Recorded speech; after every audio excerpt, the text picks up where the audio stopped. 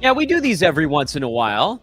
We're not totally immune to the seduction that is Dynasty basketball. And you guys know I don't really play it all that much. But here's the thing. First of all, welcome to Old Man Squad Fantasy Basketball. I'm Dan Bespris, at Dan Bespris on Twitter, at Old Man Squad. I'm going to bring his face in right now before I introduce him. This is my good buddy, the great Rhett Bauer, who, listen, I know we're like a couple minutes late, and it's 100% on Rhett today. I definitely didn't have anything to do with me. Just no excuse. I've got no excuse. I sent Rhett the link, the invite link to this show at the exact moment that we were supposed to go live to this show. But honestly, I'm just proud of myself that I wasn't 10 minutes after the fact. Those of you that do not know, you must know now. He is Rhett_Bauer on social media. He is one of, if not the best Dynasty mind out there in the fantasy basketball space. I feel privileged to have worked with Rhett for many years back at Hoopball Ethos. And now it's really fun that I get to talk to you here on Old Man Squad. I don't want to tip a hand or anything here, but you and I will probably be doing more things as we travel down this dirt path. In the meantime, you're straight up delivering babies in cars. So pretty boring off season for you, huh? Yeah, I'm 1 for 1 on pass attempts and catches for babies. I had kid number 4 in March and caught him on the side of the road. Absurd. Yeah, it was, whatever, just normal dad things, right? Like, way to downplay it. Yeah, it's you would think that nothing, like, you couldn't surprise me much after 3 kids, but that was certainly something. And so I actually have my name on the birth certificate delivered by my dad. Oh, awesome! Which is fantastic. I'm very excited about that. They put a doctor on there too. Doctor literally didn't do anything until everybody was good, because it was already handled by the time everybody showed up. So I feel a little bit of group project nonsense going on. It's like, yeah, we did it. Well, this is we stuff. Yeah, Dr. Dad took care of this one. Come sure on did. Now. Yep. Oh, and if that wasn't enough for your off season, you then moved your family of 4 kids and wife, and dog almost immediately thereafter. Oh, did you say and hound? And dog, yes. Oh, and dog, yes. Yeah. Yes. So pretty boring, but luckily, because Rhett is a full-on degenerate, he still had time to deep dive everything that's been going on in the NBA. Is this the hardest time of the year for Dynasty, or the most fun, or something in the middle? It's somewhere in the middle, because right now there's so much information, like with the summer league, that if you're watching all of it, you also have to temper expectations, but you also should get excited about some of it. And so I would say this year it is the worst time, because I've got a couple things going on outside of Dynasty that I don't get to be as much of a degenerate as I would like.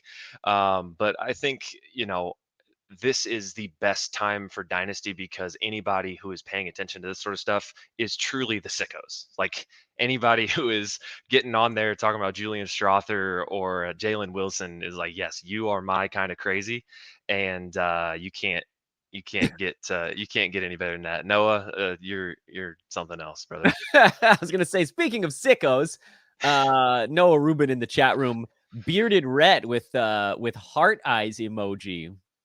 Yeah. Yep. That has no response to that comment. No, you broke him, man. You broke him. Rhett _Bauer, by the way. Again, I know I mentioned that, but RHETT_BAUER. Where do you want to go first on? Because the thoughts, Rhett, by the way, for those no one could possibly know this, sent me a page each on the first 5 or 6 teams alphabetically in the NBA, and then was like, wait, I can't. I'm going to type all this into Slack. So you say that you haven't had time to be as large a degenerate as usual, but the evidence may suggest otherwise. Where do you want to go? Where do you want to start with this little exploration? Now, see, there's the evidence that suggests I am a degenerate, but then Yeah. there's the level of degenerate that I would like to be, and so that's those are very different. Those It's are the very different. Still, 99th versus the 99.9th, right, basically. exactly. Yeah, Yeah. that extra 0.1%. It's just like that top 5 player conversation you guys were having. It's like, hey, you really gotta strive to get to that last couple percentage Mhm. points. But I mean, for me, I think that I just think this year is going to be so fascinating because there are so many competing agendas, I feel like, in a lot of teams for players that we're excited about. Like Reed Shepard is fantastic in summer league, but the Rockets are just it's an embarrassment of riches with all of the young players that they have. So how much are we actually going to get to see of him and Amen Thompson and Cam Whitmore and Tari Eason and Jabari Smith and continuing to see Shingun level up and Jalen Green was the last couple weeks of the season real. It wasn't. But like who are March March Jalen Green is really something else. that's a different animal. That's a different animal. But then like guys like Dillingham. I'm excited for him. Like it's super cool and super unique to see a team like Minnesota trade such a future first for a guy right now who addresses a need for them, but also you're relying on a rookie to come in and be like a high level shot creator for your team. Like that's just a really unique place to be in. And so I'm just going to be fascinated to see what the like what we can actually get from all of those situations, even if it's not as much as we would like. And then that's where the real sickos are going to have to be actually paying attention to the tape, because there's not going to be a lot of box score conclusions out there for guys like Dillingham or Shepard, who are probably going to play like 10 minutes a game to start the season, I would imagine. Like you got to watch to pay attention. How long do you think it takes guys like them to hit relevance on the dynasty side? I think they already are, honestly. Like, I think especially for guys like Shepard, who, was touted as one of the most insane statistical producers coming out of college, and so many models loved him. I know my guy Jason was like, if Reed Shepard wasn't like if he was 6'4", he would be a top 20 dynasty asset already, but he's not 6'4", and so that certainly changes things. And so like guys like that are relevant already. I think it's guys like Risa Shea, who has a lot of questions about not only fantasy profile, but then also like what is he to a team, and then what is he to the Hawks? Like he took him 1 overall, he should start, but he's like, what does he do for that team that's going to be good for his dynasty stock? And then guys like Cody Williams, for instance, on the Jazz, how much run is he going to get? Is he fantasy relevant right now? Not really, but he's also riding off of J Dub quite a bit, and so it's hard to pass. It's hard to ignore that for sure. You mentioned Risa Shea. Why don't we go to Atlanta right out of the chute?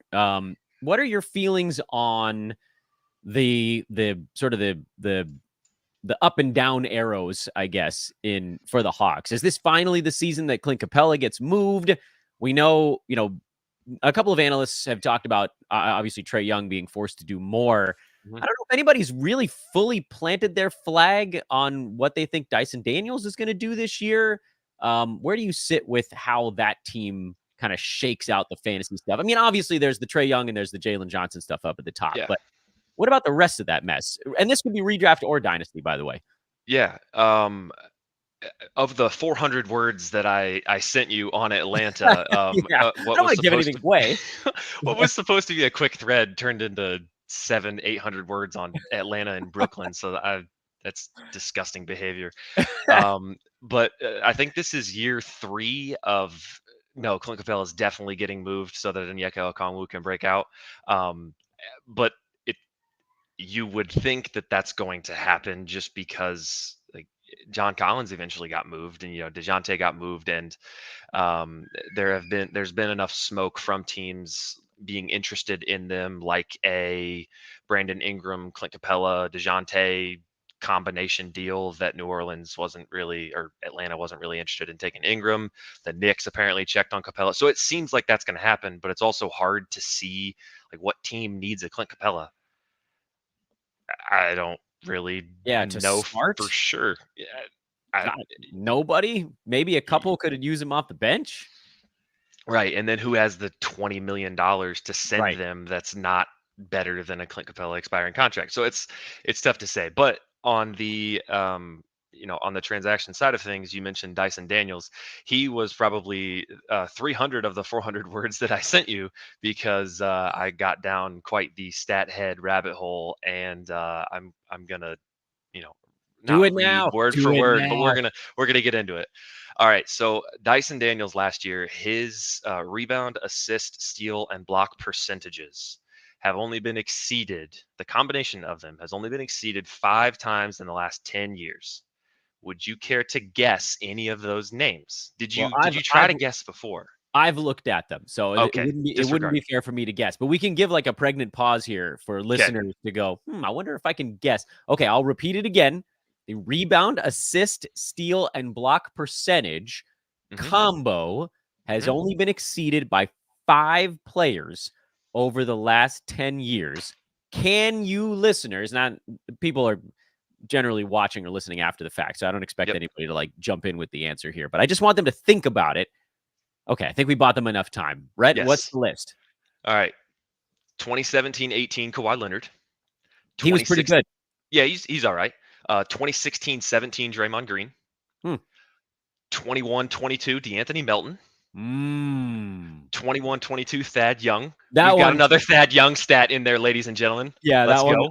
I saw that and my heart went it beating a little bit faster.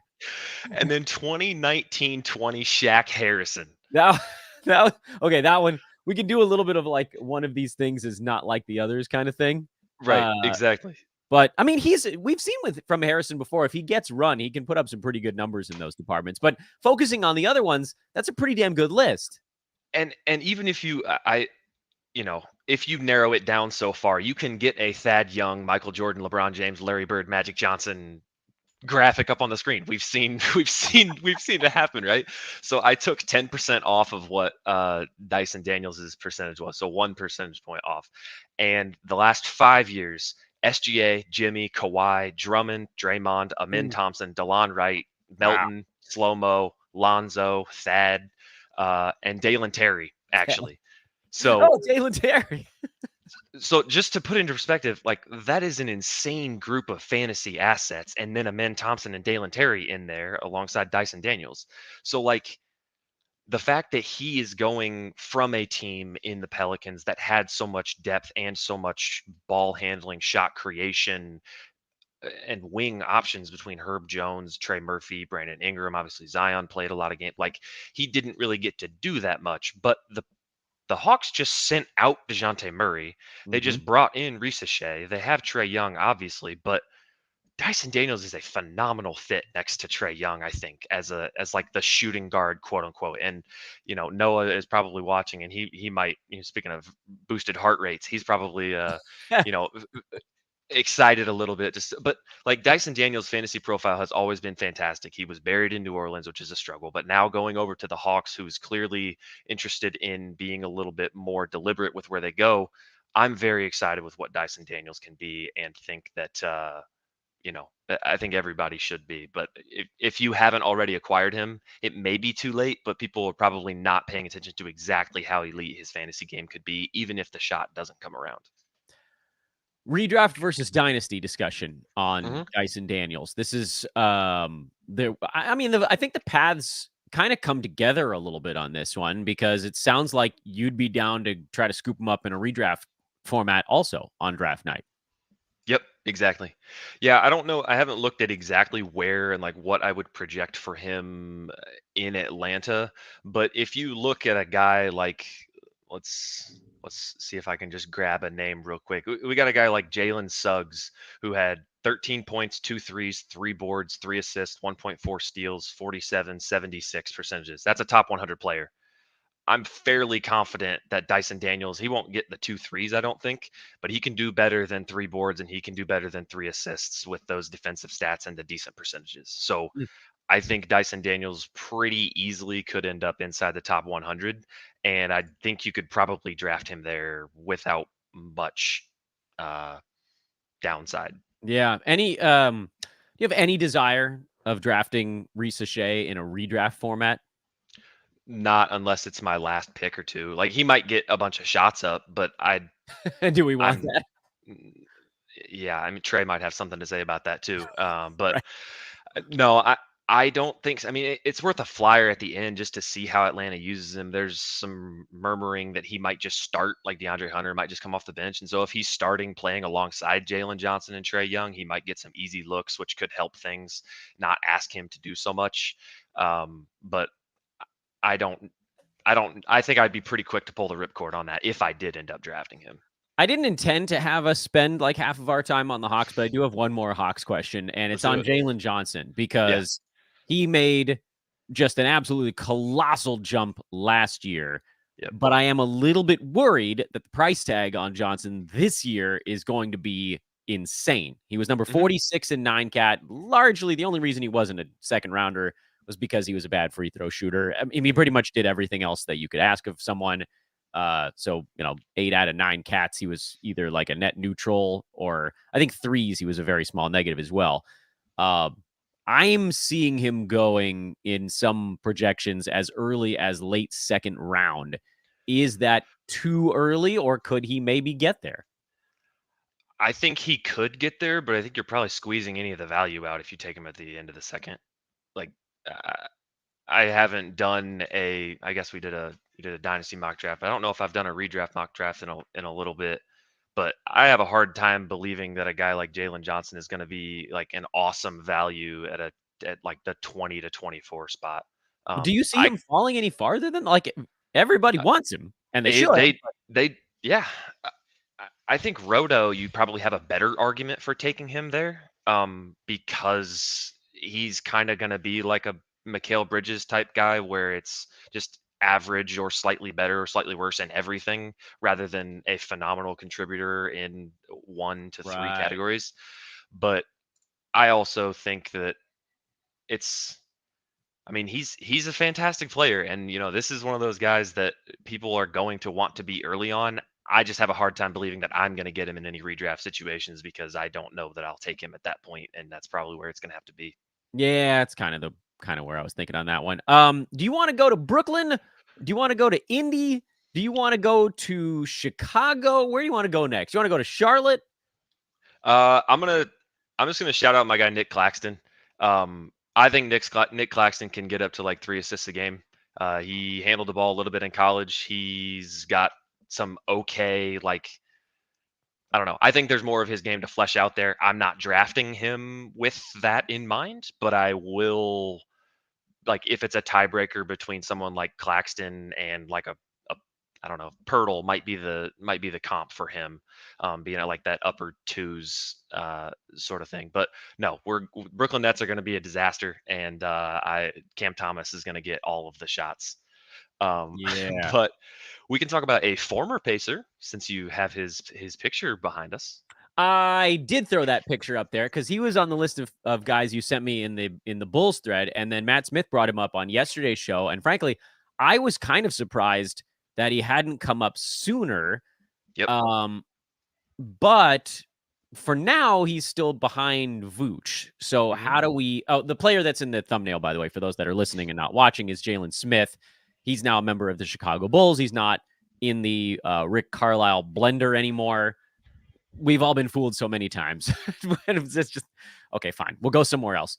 How do we pop Smith loose? It feels like a much more linear path this year, where it's like, oh, you're behind an established aging veteran, as opposed to an indie where it's like, could you? Couldn't you? Miles Yeah. Turner, yeah, but could he also do there? And then sometimes he played and sometimes he didn't. You're someone that studies the Pacers very closely, but now he's not there anymore. So walk me through the Jalen Smith in Chicago like annual arc we're hoping for here.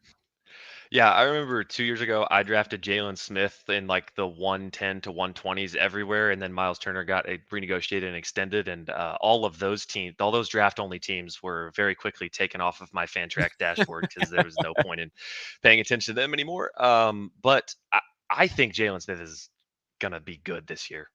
I I think that what we saw from Vooch last year was so bad from an actual basketball perspective. Like fantasy was fine, but it was bad. And if Vooch's shot isn't falling, I don't know how much different he is than Jalen Smith, like from a No, production standpoint. And if you're the Bulls, why would you not just try to see what Jalen Smith can do as a 24-minute a game player rather than seeing what Vooch continues to do as 30 minutes a game?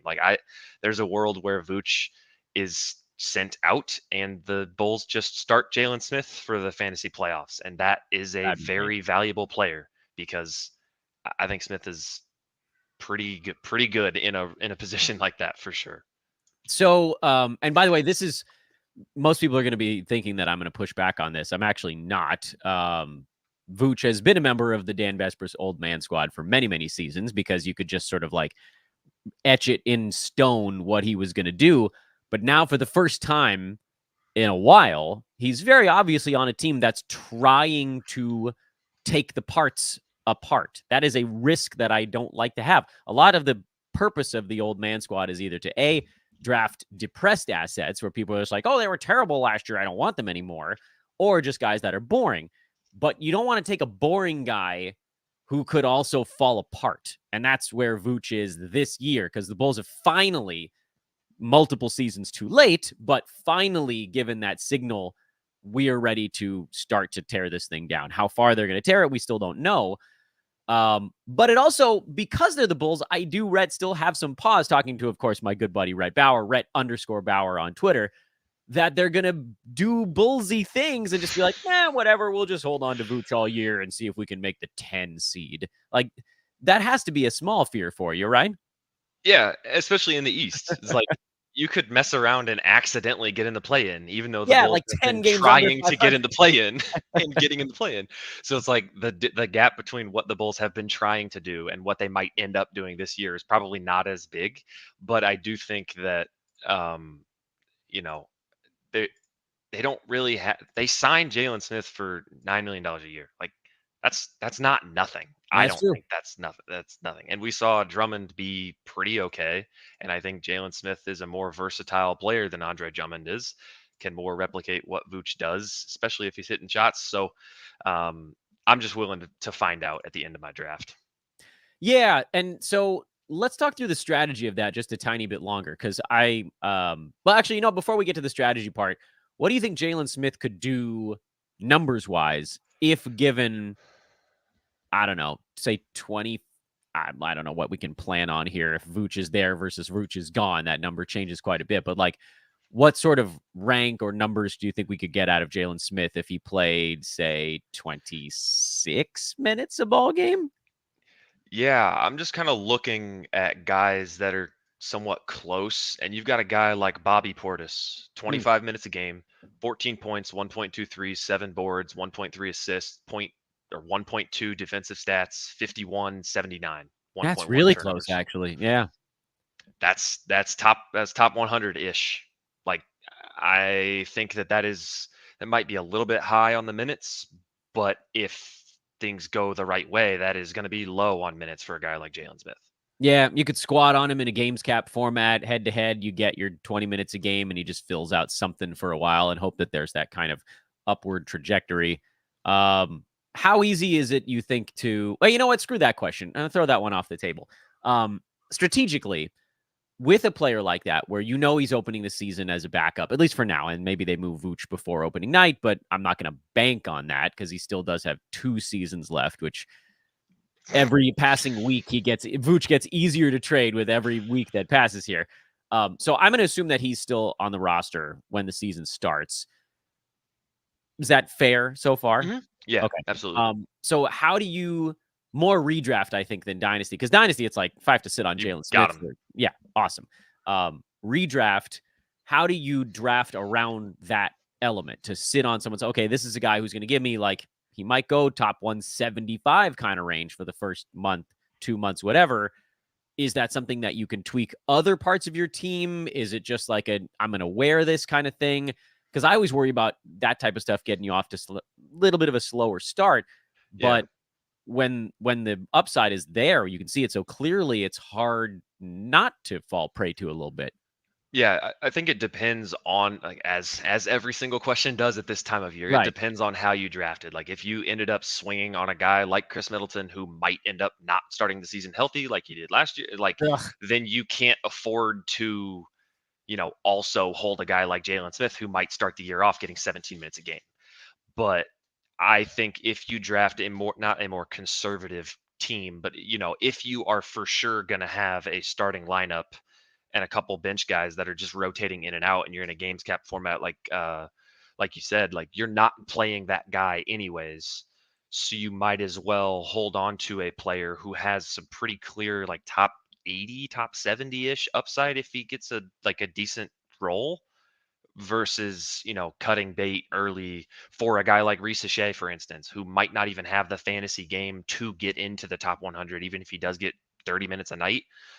But I do think this is one of those guys where you're kind of going to have to pay attention to how the Bulls are using him and when, because if the Bulls are purely using him as a backup and not like a timeshare between him and Vooch, then they're kind of telling us what they're going to do.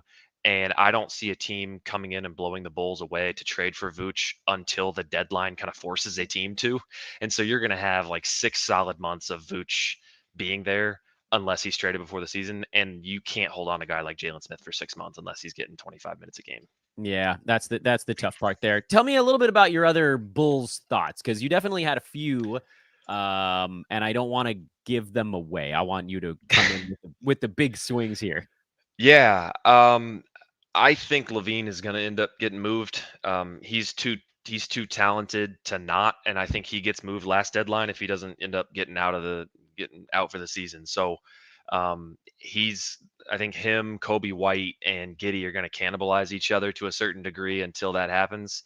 But Dosunmu is a huge bummer. I think he's really good. I would take him in deep leagues.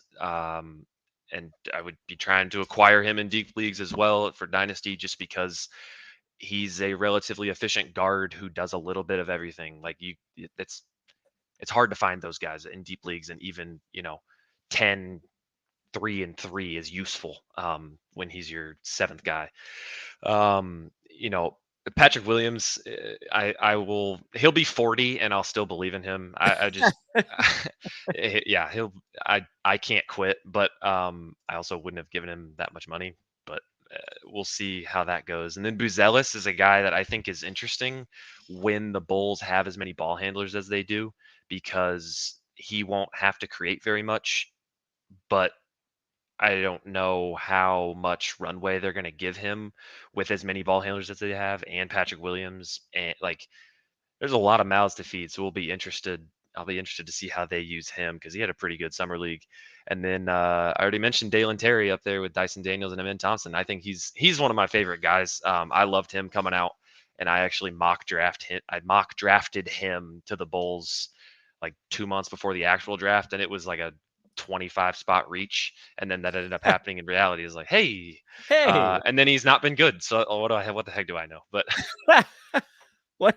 How many years is this Dalen Terry's 3rd year in the NBA now? I think Oh, the years so. blend I think he's together. going into his 3rd year. Yeah, Well, you could certainly get him cheap in Dynasty.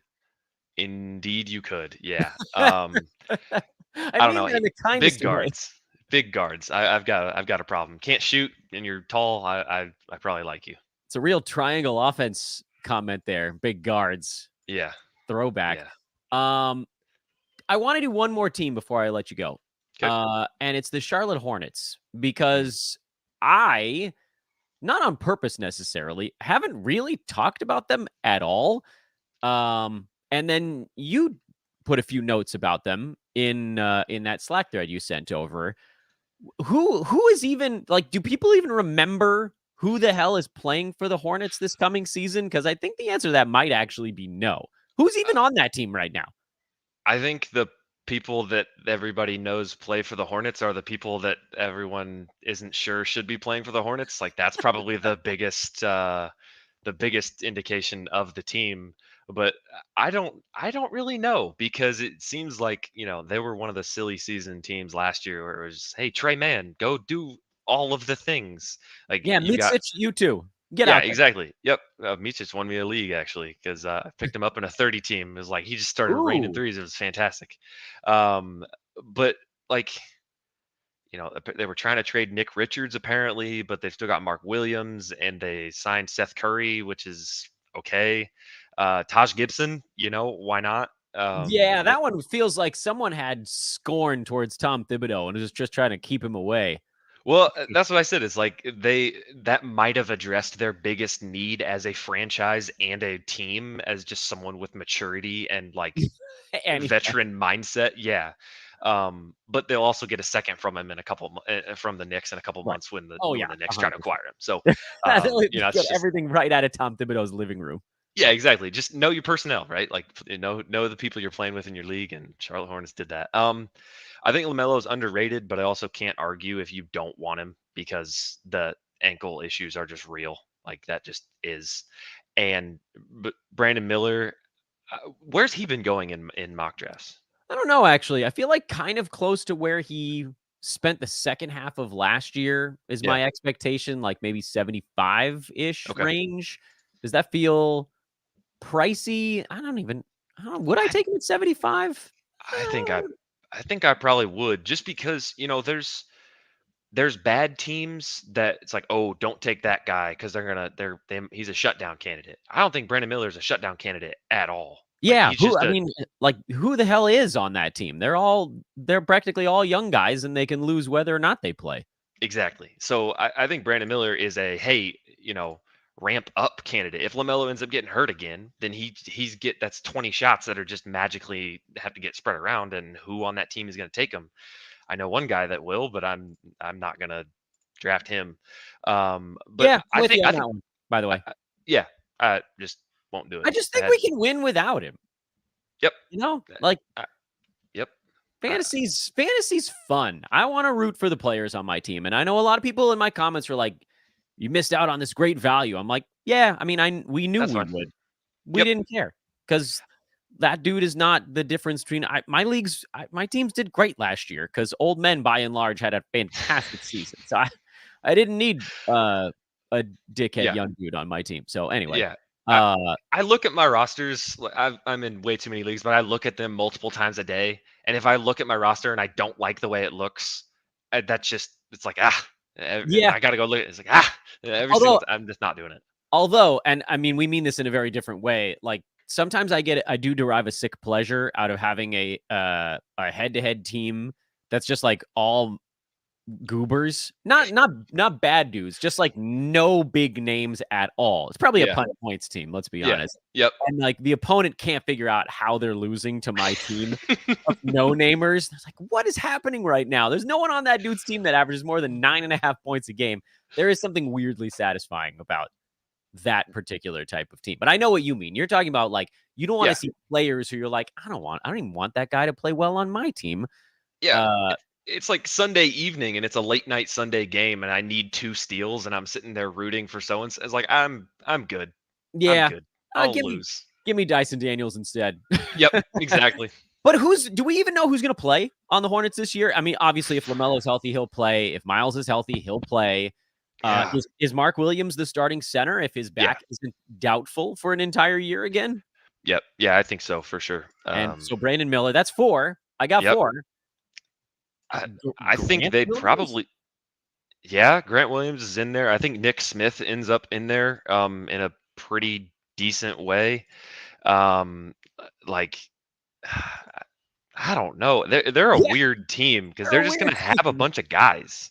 But yeah, it could be Man. It could be Cody Martin. I think is still there. If he's healthy, Josh Green's probably gonna play. Right, of course, that was part of the whole thing.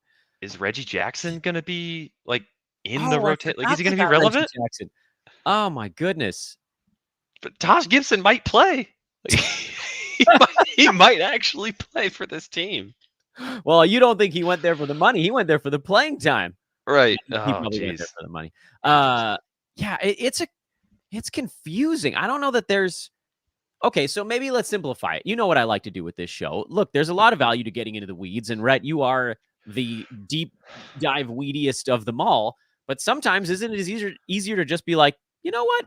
I could spend 30 hours trying to figure out who the fifth guy is going to be on the Hornets, but they probably Yeah. aren't going to have fantasy value anyway. Correct. Yeah. Okay. LaMelo, that other guy, Brandon Miller, Voldemort. and Mark Williams probably. That's it. Could Mark Williams be a massive steal this year because no one thinks he can stay upright? Yeah, but he also might not stay upright, and Yeah, then he might sound then I don't know. Again, another guy. I don't know where he's going necessarily, but he was top 60-ish last year with traditional big man, low turnover stats. So Yeah. that was in 27 minutes a game. Does he get to 30 with back issues heading into the season? I don't know. I had so many Mark Williamses last year. That was annoying because those teams all were weak in rebounds. Like halfway through the season, I was like, crap, I got to do something about this. Because that was like 10 rebounds a game that I had just penned in, and he played 19 games last year. I thought in a worst case scenario, you're getting like 55 to 60 and 19. Screw the head-to-head side. On the roto side, that was like 500 rebounds that I had to figure out where to find somewhere else. That was painful. But you got to wipe that stuff out of your memory, unless it's like, with LaMelo, who we just talked about, who it's the same thing every year, year after year. We haven't seen enough of this from Mark Williams. Just be like, oh yeah, he's going to have back injuries his entire career. We saw it once, and it was ugly and annoying on a team that ended up losing on purpose. But I don't know how much of a conclusion we can draw from that. Anyway. Yeah, I mean, he played 40 of the last 50-ish games for the Hornets the year before. So and that was when they were doing that weird 3-center rotation thing. So you can't, it was how many minutes a game was it? It was like 20 minutes a game, but still, you can't point to last season and be like, oh, he's just not healthy. He might not be healthy. Yeah, we might make that determination now, but you can't look at last year as an indicator of like, oh, he's just going to be injury prone. Yeah, because we have a decent that's 80% of games. That's fine. A lot. That's That'll a lot. get it done on a tanking team. Yep. We don't even know if they're tanking. Maybe they're probably going to do it by accident, but whatever. That's not the point. They're bad. They might not be tanking, but they're going to be bad. Right. That's the very thick, obvious line between tanking and bad. You can see it when they're trying and they're still losing. Rhett, what do you got going on these days, man? Is round ball rhetoric kicking, or is that in a daze right now after Kid 4? It is certainly in a daze. Yeah, I've been slacking on that for sure. I haven't updated my Dynasty rankings in a minute. I keep doing it, but I never publish them because I don't like to do things halfway. As you can see from my doing 5 teams to an insane degree, but not doing 30 to a light degree. By the way, listeners, Rhett and I have had this conversation off air like a dozen times. Yeah. There's a certain type of person. I think that I'm not probably quite to that same manic level, but not far from it, where if I'm not going to do something with my entire butt, both cheeks, then I don't really feel like it's worth it. And that's what Rhett is talking about right now. So you're only going to, the nice thing is if folks are following you, and they should be, you're only going to get the stuff that is the absolute most intense, I think you've referred to it as disgusting in the past. Yeah. But it's like it's a joyful disgust. Yes. And otherwise, Rhett just doesn't feel like it's up to his own standards to put it out to you. But regardless, sorry, I didn't mean to jump on your toes there. I just know that you're someone who holds himself to an absurdly high standard. You could put out 80% of what you want to put out there, and it would still be better than 99.9% of the things that people are reading. So folks should know that if you're getting something from Rhett, it's going to be something pretty damn awesome. Yeah, I got to work on that for sure. But Zaire Williams in a 2nd-round pick to the Nets for Mamadi Diakite. So that's end of that breaking news just now. Zaire Williams will not have fantasy relevance for Dynasty or redraft in Brooklyn, I don't think. What's happening? What's the purpose of this trade? This is not in my redraft lexicon. No, the Grizzlies just shed Zaire Williams' salary that was fairly decent because he was a top 10-ish pick, and I believe he was coming up on restricted free agency, Mm. which means a massive cap hold, and he would probably sign the qualifying offer if they gave it to him. So, Could he be a silly season name to watch this year? I mean, he kind of, I don't know if he was in like the general leagues, but last year he was kind of silly season Yeah, he nuzzled up against material. it. But I don't. Anybody on Brooklyn can be a silly season candidate. Their entire season might be Fair. silly. So Fair. Okay, you win this round. He is Rhett_Bauer on social media. Is my good buddy. Always a pleasure to work with you. I mean, when we've done stuff together for freaking 4 or 5 years now, and there will be more. But folks need to stay tuned for more information on that. Rhett, enjoy the rest of your day, good sir. Thank you for working around my goofball schedule. Obviously, it was me that was running late. I'm just having a hard time. I'll talk to you really soon. sounds good. Thank you, Dan. Love that dude. Blake with the post in the chat room. Dan, the Aladdin shirt. I do what I can, friends. I do what I can. I dress like a child. And so does Blake. By the way, Blake is another dude that I've worked with for a very long time. As far as like mental kindred spirits go, I don't know if there's a person out in the fantasy sports space that I feel more similar to than that man, Blake Creamer. He anyway, we'll just exchange Simpsons references off air, and then we'll be fine. I don't have a whole lot to add today. I know sometimes I do a little bit of an outro after a show, but I took like an extra 10 minutes of Rhett's time, and for that I am extraordinarily grateful. I try to keep guest hits into the like 20 to 30 minute range, but also I don't know, I just felt like there was more to cover, and Rhett's the freaking man. So we just kept rolling with it. Rhett is amazing. He's going to need to update his Twitter avatar to include the now 4th child. I mean, I don't know how he's keeping up with all the basketball stuff with all the personal things going on, but that's the magic of Bauer. That'll wrap us up, by the way, for the week here on Old Man Squad Fantasy Basketball. I want to thank my guests over the last couple of weeks. You guys have been amazing. Matt Smith for adjusting earlier this week that he and I were supposed to talk last week, and I had to move that one around because of a Little League game. And today, and talk about it, my wife is home from work. She's sick, so that's why I was dealing with the kids, and that's why everything was a little bit late, and so on and so forth.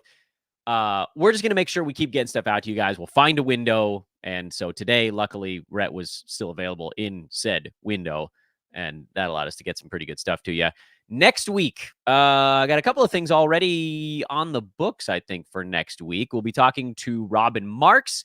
He is a fellow Believe podcast host of Believe in Fantasy Basketball. He is awesome. He's the reason that I have that Fantasy Nerds t-shirt. I don't know if you guys remember that one from some of the shows. So Robin is awesome. I will be appearing on the Menace Podmen podcast at some point in the next week or two. We're doing a Pop-Tart draft. It's going to be amazing. Jesse Severe over with In This League. He does a Dynasty basketball podcast, or Dynasty Everything, I think, podcast. We're going to have a show together. That'll probably be on his channel, if I'm remembering right. Just a lot of stuff already. And then we'll continue our tour through the NBA. We've only covered 7 of the 30 teams, so a lot left to get through. And then, again, according to our buddy Dan Titus, it's possible that Yahoo Leagues might be open in 3 weeks or less. Can you guys believe that, man? I mean, that would be the most incredible news ever. Yes, that's right. I said ever. I never know how to wrap up a Friday show because I feel so sad going into the weekend. But I guess I just have to say bye-bye. So I'm Dan Vespris. Like, follow, subscribe. You guys know the drill at this point. Let's keep growing this thing. Thanks to Rhett again. Bye-bye.